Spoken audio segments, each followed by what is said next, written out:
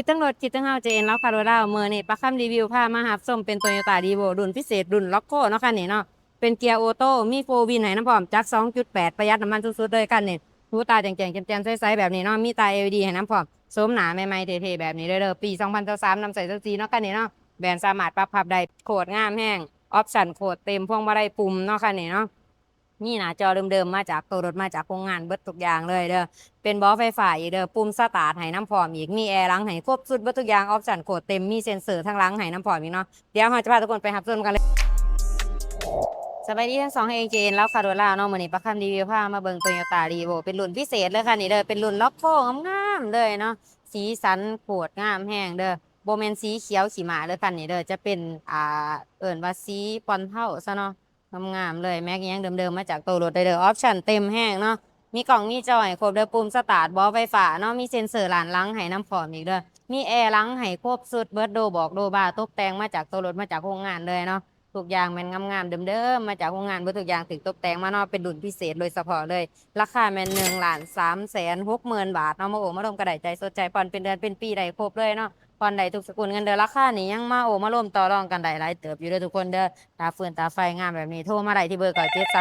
79หรือ2ทางแฟนเพจ JN แล้วค่ะโดดลาวของเราเนาะ ไปเข้ามาเบิ่งทางในนำกันเนาะทางในงามๆกว้างๆเลยหุ้มห่อเบาะหนังสีดำเนาะเป็นเบาะที่สามารถปรับระบายอากาศได้เลยตามหูชอกของมันเนาะ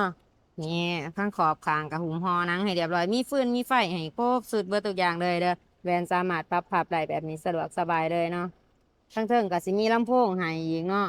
ทั้งสองข้างเลยแล้วก็ลำโพงอยู่เบื้องประตูอีก4 ข้างเสียงดังฟังสุ่มแน่นอนเนาะมาเบิ่งทางหลังของผู้โดยสารของเฮากว้างๆสามารถนั่งได้หลายคนเลยเนาะ สีนางร้ายคนเท่าไรกับบ่มีหอนเดิมมีแอร์หลังไห้น้ำปลอมครบสุดเลยทั้งขอบกลางประตูหุ่มหอให้เบิดตัวอย่างมีฟืนมีไฟทั้ง4 ประตูเลยพวงมาลัยจะเป็นพวงมาลัยมัลติฟังก์ชันเนาะปุ่มเมียงต่างๆมันอยู่ในนี่เบิดนี่ออปชั่นโคตรเต็มแฮง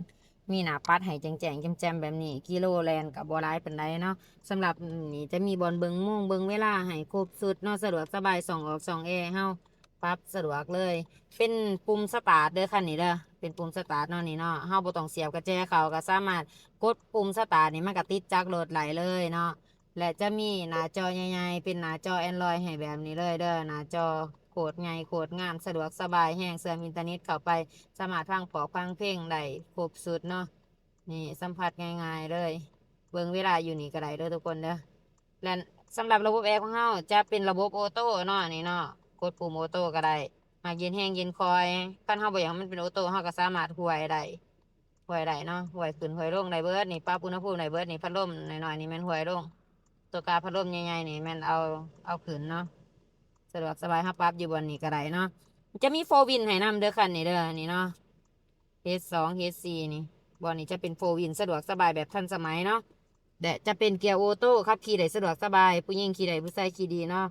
มีอีโคโหมดพาวเวอร์โหมดประหยัดน้ำมันเพิ่มความไวได้ดีจาก2.8ประหยัดน้ำมันสุดๆเนาะคันนี่โคตรงามแฮงมีกล่องถอยขึ้นมาในหน้าจอน้ำพร้อมเวลาเราเข้าเกียร์ถอย นี่เนาะแจ้งเลยนี่เนาะอันนี้มีดออกมีดอัพของเฮามันอยู่ครบทุกจุดทุกเม็ดเด้อโดดเดิมแท้100%มากวดมาเช็คไหลเลยมาเบิ่งข้างหลังกับบ้านนำกันเลยเนาะตาฟื้นตาไฟถ่ายเป็นตาเด็กเป็นกาเด็ก3เนาะแจ้งแจ่มๆเลยเด้อบอนนี้จะเป็นเซ็นเซอร์หลันหลังให้เนาะทั้งสองข้างแบบนี้บอนนี้จะเป็นกล่องถอยตอนนั้นเขาเกียร์ถอยเมื่อกี้เสริมแต่งมาให้จากพวกงานแบบนี้เลยเนาะโคตรเท่โคตรงามโคตรทึกเลยใครมาเบิ่งแม็กไลเนอร์นำกันบัดนี้แม็กไลเนอร์เนาะเดิมๆมีห้อยขีดกวาดตามการใส่งานเด้อนี่เนาะ มีโรบอกโรบามาให้แต่โรงงานให้ครบสุดเลยหันไปเบิ่งข้างขางเนาะนี่เดิมๆมาจากโรงงานเด้อตกแต่งให้สะดวกสบายเลยเนาะสำหรับอันนี้หัวหนอเฮาอยู่ครบทุกจุดทุกเม็ดทั้งสองขางเนาะขางนี้คือกันนี่บอลถุนแห้งให้น้ำผอมเด้อนี่เนาะเวลาเอาใครพาถอกพาถ่ายสะดวกสบายกะดีกระเจยางสกวามีให้ครบทุกอย่างเลยแค่ข้างเบิ่งของเจ้าของเครื่องฟังเสียงจักเสียงเครื่องน้ำกันเลยจักดีไอเย็นสองรังไหนจักบัวบ่ซึมบ่เป็นไอบ่เป็นควันเนาะนี่หมอฟืนหมอไฟยังใหม่ๆแจ่มๆเลยเด้อ มันเป็นไอเป็นควันเนาะว่าน็อตของเฮาอยู่ครบทุกจุดทุกเม็ดตัว R ตัว L อยู่ครบหมดเลยเด็กคัน2คัน4เนาะกลางนี้จะเป็นตัว R มาเบิ่งมาเช็คเอาเลยเนาะครับประกันให้รถเดิมแท้100%โลโก้โตโยต้าอยู่ฟ้ากระโปรงยังอยู่ครบหมดทุกอย่างบ่ต่ำบ่เปลี่ยนเด้อคันนี้เด้อรับประกันสติลเลอร์ทันเดอร์ก็รถคันนี้เนาะโตโยต้ารีโวเนาะคันนี้จะเป็นรุ่นพิเศษรุ่นล็อกโคเด้อจัก2.8ประหยัดน้ำมันสุดๆเป็นเกียร์ออโต้และมีโฟวินให้น้ำพร้อมครบสุดเลยเนาะ นี่หน้าจอมีให้ครบเบิดทุกอย่างเด้อปุ่มสตาร์ทบ่ไฟฟ้าอีกเนาะมีแอร์หลังให้ครบสุดเด้อบ่ไฟฟ้า